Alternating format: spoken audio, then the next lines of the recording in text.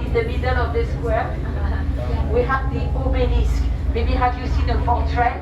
It's because we restore the obelisk, so we put scaffolding. But the obelisk is a gift from Egypt. It's a very old monument just behind. It's 3,300 years old. Regardez à gauche, c'est la place de la Concorde sur votre gauche. C'est la plus grande place de Paris. Tous les Parisiens, c'est la plus grande place du monde. Moi, à Paris, on a la plus grande de la ville. C'est inconnu. C'est que la plus grande place de Paris. Et c'est la plus célèbre. Parce que c'est sur cette place que pendant la Révolution française, on va installer la guillotine. Et Louis XVI et Marie-Antoinette seront guillotinés sur cette place. Ça veut dire que non, la guillotine. Ah, je parle pas français. Non, ok. En quel temps? Italien. Ah, bon, voilà, non. Alors, Louis XVI, le roi, Marie-Antoinette, la reine, guillotinée sur cette place. Voilà. Maintenant, plus de guillotine, à la place, on va installer un obélisque. C'est un cadeau qui nous vient d'Égypte et qui est très vieux, ce monument. Il a 3300 ans. Et qui nous parle de Ramsès II. C'est le plus vieux monument que nous possédons à Paris, l'obélisque. Bon, on va le voir parce qu'il est en restauration. Alors, vous allez voir un peu plus loin sur votre droite un bâtiment avec un dôme vert, juste après la passerelle.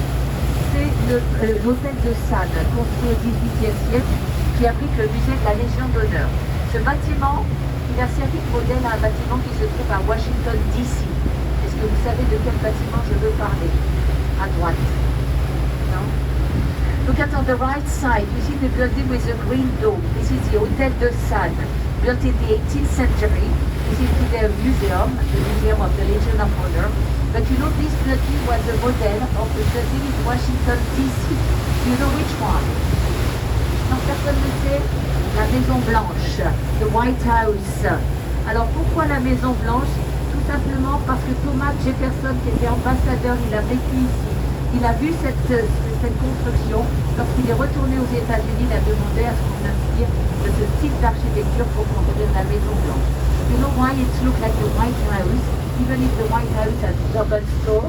It's because of Thomas Jefferson, who was ambassador who used to live here. He saw the construction of this building. When he came back to the United States, he had to build the White House, the same style of architecture as this building. That is the reason why. And on the right, this building with the name of town, it was a format ready in 1900, and because it became too small, it was closed and turned into a museum. It's called Orsay Museum. So inside this museum, you have all the artists from 1848 to 1914. Maybe you know Van Gogh, Monet, Manet, Renoir, Pissarro, Degas, they are inside. À droite, c'est une ancienne gare ferroviaire qui a été construite en 1900. On voit le nom des villes qu'elle desservait. Elle desservait le sud et l'ouest de la France. Et cette gare est devenue trop petite, donc elle a été fermée et transformée en un musée. Aujourd'hui, il s'agit du musée d'Orsay, qui abrite des artistes allant de la période 1848 à 1914. Donc vous connaissez peut-être Monet, Manet, Renoir, se trouvent dans ce musée ici. Si vous voulez voir des artistes avant la période 1848, il vous faudra aller dans ce musée à gauche. Alors qu'est-ce que c'est que ce musée à gauche? C'est le plus grand musée au monde. Qu'est-ce que tu sais? Non? Le plus grand musée au monde. Et là, je suis là, il faut savoir. C'est le Louvre. Le Louvre. T'as jamais entendu parler du Louvre? Le Louvre, c'est le plus grand musée au monde. C'est la seule chose que nous, les Parisiens, on a de plus grand que le reste du monde, hein, le Louvre. Le Louvre a 7 km de galeries sur 3 niveaux, plus de 300 000 œuvres. Si on veut tout voir dans le Louvre, il faudra passer 3 mois. Ouais. You see on the left side, this is the Louvre Museum. The Louvre is the biggest museum in the world. The Louvre, this is the only thing that the Parisian people have bigger than the rest of the world, only the Louvre. The Louvre has 7 kilometers of galleries on 3 levels, more than 300,000 works. If you plan to visit the Louvre and if you want to see everything inside the Louvre, you need to spend 3 months. 3 months. Do you know what is a famous work inside the Louvre? Do you have any idea? What is a famous painting in the Louvre? Mona Lisa, yes, Mona Lisa. The French people call her La Joconde. It came from Latin word. Latin is Jugondus. Jugondus means that fish is smile, but the real name is Mona Lisa. Mona Lisa. Donc l'œuvre majeure dans le Louvre, bien entendu, c'est, nous les Français on l'appelle la Joconde, ça vient du latin Jugondus qui veut dire joyeuse, elle est joyeuse, elle sourit, mais son véritable nom c'est Mona Lisa, from Leonardo da Vinci, de Léonard de Vinci. Mais ça appartient à la France, pas à l'Italie, c'est une peinture française, parce que ça a été vendu par le roi, par Léonard de Vinci, ça a été vendu au roi de France. C'est pour ça que c'est nous là. Vous êtes italienne? Ah non, plus vous êtes italienne. Ah ok. Les France appartient à la France. Voilà. Alors le Louvre, c'est un palais royal. C'était un palais construit du XVIe jusqu'au XIXe siècle. Et c'est au moment de la Révolution française, en 1792, que le Louvre sera fermé et transformé en un musée. You know, the Louvre was a royal palace just from the 16th century until the 19th century. And this is during the French Revolution, and the Louvre was closed and turned into a museum. And today it's the biggest museum in the world. You are going to see on the right side, the building with the dome, the French Academy. This is inside that we have 40 members known as academicians. They wrote the French dictionary. Vous voyez sur votre droite ce bâtiment avec un dôme. C'est l'Institut français qui regroupe 5 académies, dont l'Académie française. C'est là que nous avons nos 40 académiciens qui sont en charge de rédiger le dictionnaire français. Tu as un dictionnaire français, toi? Tu as un dictionnaire français? Tu as un dictionnaire français? C'est quoi le dictionnaire que tu vois? C'est quoi le nom du dictionnaire? Larousse? Non. Petit Robert? Non, c'est là-bas. Tu vas me dire Google. Google, c'est dictionnaire, Google. Ok. Alors, vous allez voir, mais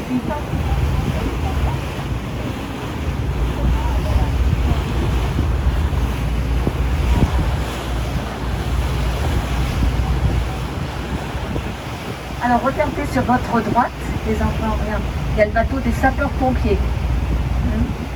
The boat of the firemen on the right, for the kids.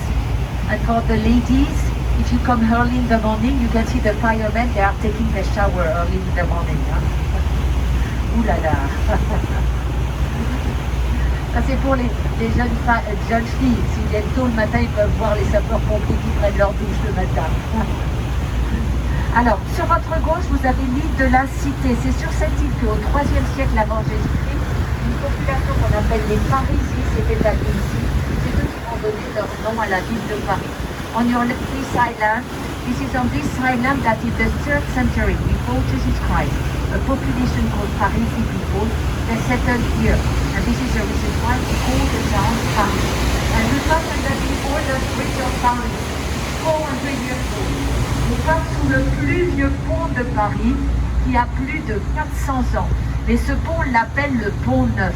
Alors pourquoi on l'appelle le pont Neuf alors que c'est le plus vieux pont de Paris? Tout simplement parce que quand il a été construit il y a plus de 400 ans, c'était le premier pont construit en pierre sans maison au-dessus. Autrefois, les ponts étaient en bois et possédaient des maisons. Vous allez à Florence, en Italie, le Ponte Vecchio, il a des maisons au-dessus. You know the bridge, the new bridge, is the oldest one we have in Paris. But we call it the new bridge. Why? It's because it was the first bridge built in stone without houses on it. Normally the bridge used to be in wood with houses. First one in stone was this one, and we give the name New Bridge. On the left, this is the lower court. Sur votre gauche, c'est le palais de justice. Et là, je m'adresse particulièrement aux Français. Vous connaissez peut-être une série télévisée qui s'appelait 36 quais des Orfèvres. Bien, c'est là le quai des Orfèvres. Et je m'explique par avance s'il y a des fonctionnaires de police. Est-ce que vous connaissez le terme que l'on donne à nos policiers? On les appelle des poulets. Vous en avez entendu parler, bien entendu. C'est gentil, hein? C'est parce que ça vient, on n'a rien inventé, ça vient d'ici à gauche. Se situait le marché à la volaille et on parlait de la maison Poulaga. C'est pour ça qu'on a donné tout simplement le nom de poulet à nos policiers. On your left, you see, on your right, you see those green boxes lining the parapet. We call those boxes bookinist because inside you have all books, illustrated magazine, postcard, and you can buy what is inside. And behind this is the district called the Latin district, the district of the Citizens. So I go to the district number 5. You see the 12th century, the 12th century here, and they learn Latin language. À droite, il y a le quartier latin. Ça correspond au 5e arrondissement. On l'appelle le quartier latin parce que depuis le XIIe siècle, les étudiants se sont établis ici et ils étudiaient le latin. Et maintenant, regardez devant vous le joyau de l'art gothique, la cathédrale Notre-Dame de Paris.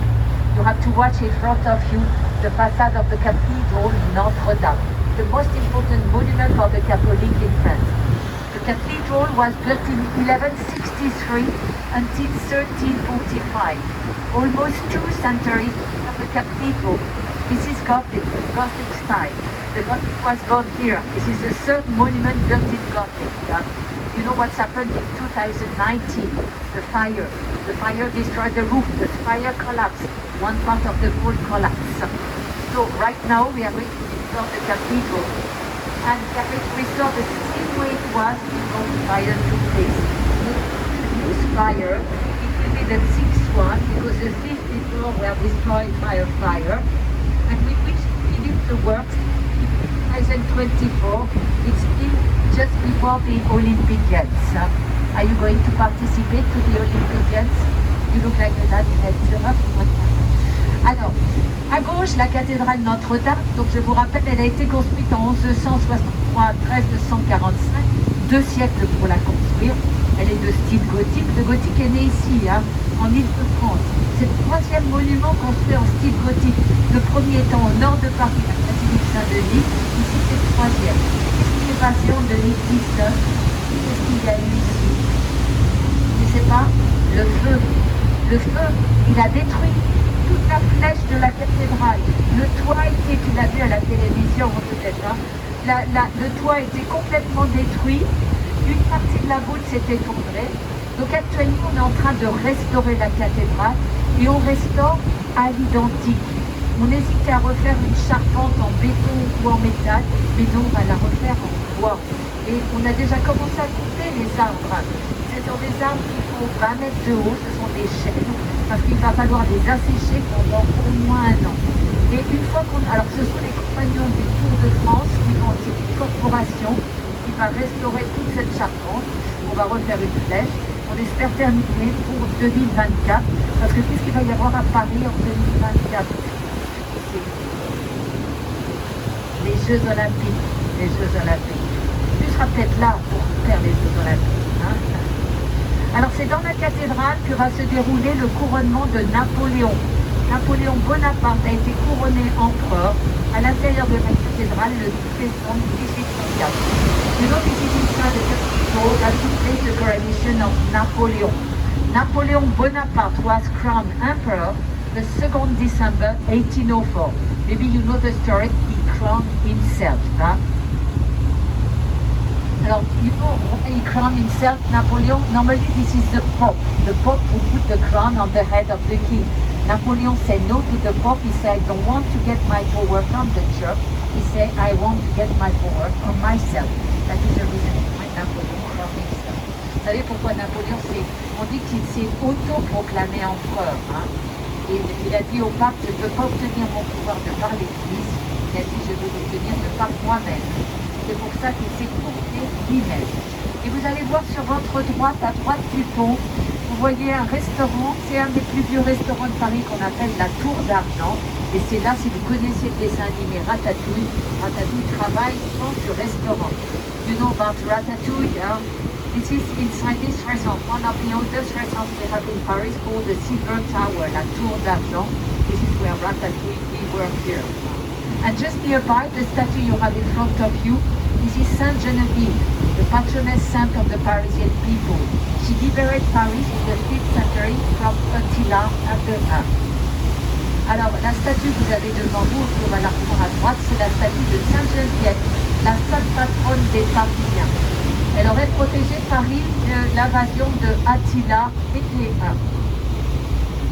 Alors, si vous connaissez, elle a été dessinée par Landowski, celui qui a fait aussi le Christ rédempteur au Brésil. Voilà. On your left, you see this island. It's called Saint Louis Island. It was an island at the beginning for the cows until the 17th century when we decided to build a bridge that linked this island to the right bank, and it was the beginning of the construction of building on this island. And on the right, this is the Institute of Arab World, built in 1985 by the French architect Jean Nouvel. Sur votre droite, vous avez l'Institut du monde arabe, qui a été construit par l'architecte français mondialement connu, Jean Nouvel. Jean Nouvel, c'est lui qui a construit le nouveau musée du Louvre à Abu Dhabi. Il a fait aussi le musée du Quai Branly à côté de la Tour Eiffel, un très beau musée sur l'art asiatique, océanien, africain et américain. Just nearby the institute, you have a very long building. This is the biggest university we have in Paris. It's called Jussieu. It's only the biggest one, not the famous one. The famous university is La Sorbonne, built in the 13th century by Robert de Sorbonne. À droite, donc, vous avez un grand bâtiment. C'est l'université de Jussieu. C'est la plus grande université de Paris, mais c'est pas la plus célèbre. La plus célèbre étant la Sorbonne, construite au XIIIe siècle par Robert de Sorbonne. Et nous allons faire notre demi-tour à présent. On va prendre l'autre bras de la Seine. On va faire demi-tour parce que nous les Français on ne va pas plus loin, étant donné qu'il y a un bâtiment droit devant nous que nous on n'aime pas tellement, qui enjambe la Seine. Peut-être que vous le connaissez. On voit qui paye ses impôts ici. Oui, c'est Bercy, c'est le ministère de l'économie et des finances. C'est là où on paye nos impôts. Donc c'est pour ça qu'il vaut mieux qu'on ne s'approche pas trop. Les Français et les Néerlandais, on est parmi ceux qui payent le plus haut taux d'impôts. Mais on a tout, hein. On a l'éducation, l'école gratuite, on a la santé aussi. Il y a un minimum, hein. Il n'y a pas de raison que je dois payer ma retraite si c'est vous. So we are going to make a U-turn right now. We don't go further. We arrive almost to the east limit of Paris. We don't go further because there is one building over there, over the river Seine, that the French people don't like. This is our Paris Spending Street. We pay all our income taxes over there. So it's the reason why we are going to move before. We pay too much, always too much. Voilà, alors on va se retrouver, en faisant demi-tour, on va se retrouver dans le sens du courant. Vous savez, la Seine, elle rentre dans Paris par l'est. Elle décrit une courbe de 13 km, elle ressort par l'ouest. Donc quand on suit le courant, votre gauche correspond à la rive gauche, votre droite à la rive droite. Donc la Tour Eiffel se trouve rive gauche, le Louvre rive droite. Là tout à l'heure on était à contre-courant, donc là on va se mettre dans le sens du courant. You know, right now we follow the current. You know, the river Seine enter in Paris by the east, describe a curve 13 kilometers and go outside by the west. When you follow the current, your left corresponds to the left bank, your right to the right bank. So Eiffel Tower is left bank, Louvre is right bank. If you are too cold, you can go underground. Si vous avez trop froid, vous pouvez aller en dessous. Il y a des haut-parleurs aussi. You have also loudspeaker if you are too cold. And you can drink something and eat something also. You have some crepes underground. No obligation, I just want to tell you about that.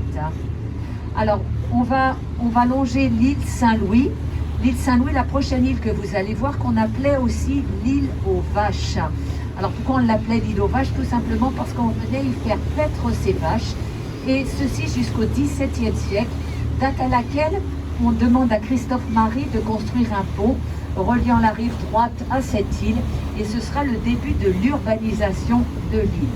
Et vous allez voir un très bel hôtel particulier qu'on appelle l'hôtel Lambert, qui se situe juste après le pont devant nous. Cet hôtel, je vous en parle d'abord parce que ça va faire du bruit avec le micro, étant donné que cet hôtel particulier aujourd'hui, c'est la résidence du frère de l'émir du Qatar. Donc évidemment, ils ont des brouilleurs. C'est pour ça qu'on aura avec le micro, il y aura du bruit. Cet hôtel particulier, vous commencez à l'apercevoir droit devant le bout, sur votre gauche. Il a un balcon en demi-cercle. C'est l'hôtel Lambert. Il a été construit au XVIIe siècle par l'architecte Levaux. Et ça a été la résidence de Frédéric Chopin, le pianiste-compositeur. Voilà. Donc mon micro va être coupé d'ici quelques instants, sinon ça va faire un bruit infernal. You are going to see just after the bridge on the left side, a mansion. This is the Hotel Lambert, built in the 17th century. This mansion was the house of Frédéric Chopin, the pianist-compositor. But now this is the house of the brother of the Emir of Qatar. That is the reason why the microphone is going to quite sweet because the brother of the Emir of Qatar has a special machine inside here. So I wish they were to cut the microphone. Si on peut couper le micro avant que ça fasse du bruit, je vous remercie.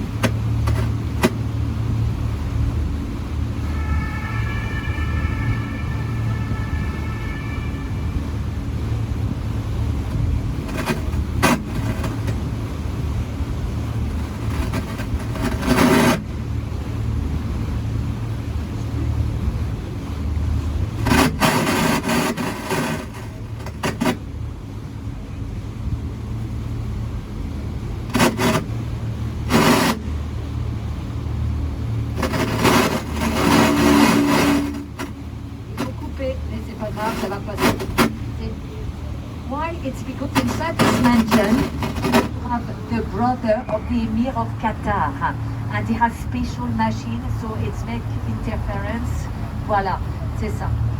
Yes, yes, that is the reason. Now it's okay. Okay, yes, yes, security inside. Yeah.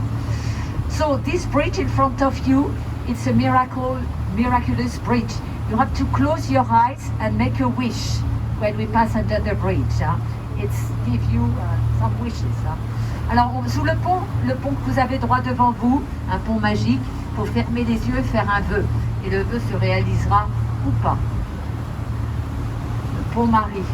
Okay, this bridge, everybody close eyes.